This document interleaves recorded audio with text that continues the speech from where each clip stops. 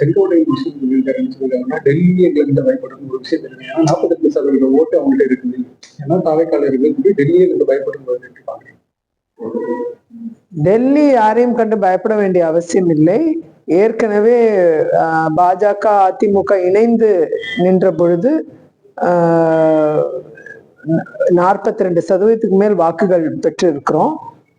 தனித்து நின்றப்பவும் அதுக்கு ஈக்குவலான வாக்குகளை பெற்றிருக்கு இந்த கூட்டணி. ஆகையால் ஒரு வலிமையான கூட்டணியை தேசிய ஜனநாயக கூட்டணி அதிமுக தலைமையிலான கூட்டணி அமைய பெற்றிருக்கு. அந்த அளவில் இன்றைக்கு தேர்தலை சந்திக்கும் இடத்தில் வலிமையான கூட்டணியாக இந்த கூட்டணி இருந்து கொண்டிருக்கிறது. விரைவில் அவர் கூறக்கூடிய கூற்றை நாம் 2026 தேர்தலில் தான் நாம் எதிர்கொள்ள முடியும், பார்க்க முடியும். அவர்கள் என்னவா இருக்கிறார்கள் என்பது அப்பொழுதுதான் புரியும். டிஎன்பிஎஸ்ல இந்த மாதிரி தவறுகள் இது போன்ற மிகப்பெரிய தவறுகள் நடந்ததில்லை. இந்த எக்ஸாமே கேன்சல் பண்ற அளவுக்கு தவறுகள் நடந்து கொண்டிருக்குன்னா அப்பனா இந்த பணி மட்டுமே டிஎன்பிஎஸ்சியோட பணி. ஒரு ஆண்டு முழுவதும் இந்த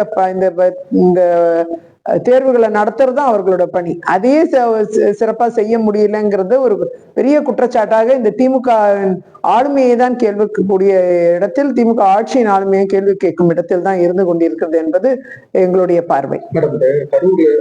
கனிமூலம் சம்பந்தமா செய்தி போயிருக்காங்க, நீங்க கேள்விப்பட்டிருக்கீங்க. இது சம்பந்தமா நீங்க என்ன சொல்ல விரும்புறீங்க? இந்த ரிப்போர்ட்டரையும் பிளஸ் ஒளிப்பதிவாளர் தாக்கியிருக்காங்க திமுக எம்எல்ஏ பழனியாண்டி. அவர்களுடைய சுயநலத்தின் காரணமாக திமுகவினர்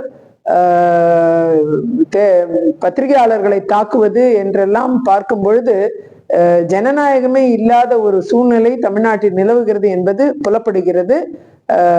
பத்திரிகை துறை என்பது ஒரு 4 தூண்கள்ல ஒரு தூண் அரசியலமைப்பு சட்டத்தின் கீழ். அந்த அடிப்படையில் பத்திரிகையாளர்கள் தாக்கப்படும் சூழ்நிலை திமுக ஆட்சி திமுகவினரால் நடந்து கொண்டிருக்கிறது என்பது வருத்தமாக இருக்கிறது. நிச்சயமாக இந்த ஆட்சியில் இதைதான் நாம் எதிர்பார்க்க முடியும்.